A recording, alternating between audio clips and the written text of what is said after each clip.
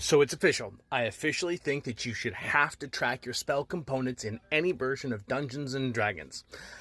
And it's the internet's fault. So I posted a video talking about spell components and basically ammunition, and there was lots of comments, great feedback, and the more people talked, the more I realized you should track your spell components. Here's the reason why. We don't really use spell components. In fact, what we use is we use a focus. 9 times out of 10, whether you're playing 5e or you're playing 2024, the focus is how you cast your spells. It has to be held in your hand as to be used for spell components, and it removes the component as long as it doesn't have a value. So then it means the only thing you're really tracking are components that actually have value. And yes, if a spell component has a value of any kind, you get the drift. Don't nitpick that one. You should be tracking that component. And if for some reason you lose or it's removed from you your focus, then you need a component to cast the spell, which makes things really interesting now. Now, when you're going through a castle and you're trying to escape and you counter a bunch of lint in the corner, hey, guess what? That can be used for something. So all of a sudden, you can actually, as a game master, introduce spell components as you're trying to escape, or when you don't have them, to still give your spellcaster the ability to cast spells that require components even when they don't have their focus. Fun little thing to do.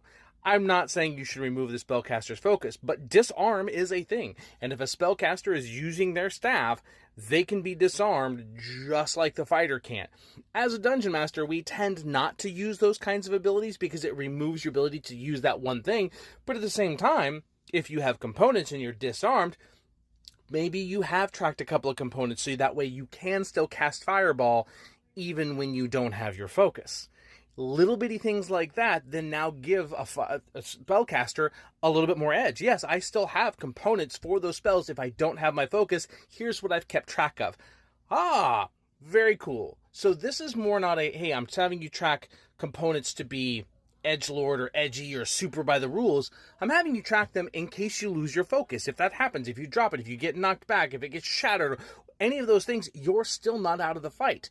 And it's just a little thing. Maybe you have a component pouch. It's got a couple of components listed, so that way you can still use those spells even if you lose your focus. So, it's the internet's fault, but I believe spell components we could track, mainly because the rules already gave us a way not to track them through the focus, which I think everyone's points on this is valid, but as long as it's more fun, and that way you're enhancing the fun, in my case, I'm not knocking someone out of the fight when they lose their focus, because that's a dickish move. But if they've thought ahead and kept components on it, and I telegraphed that at the beginning, this works really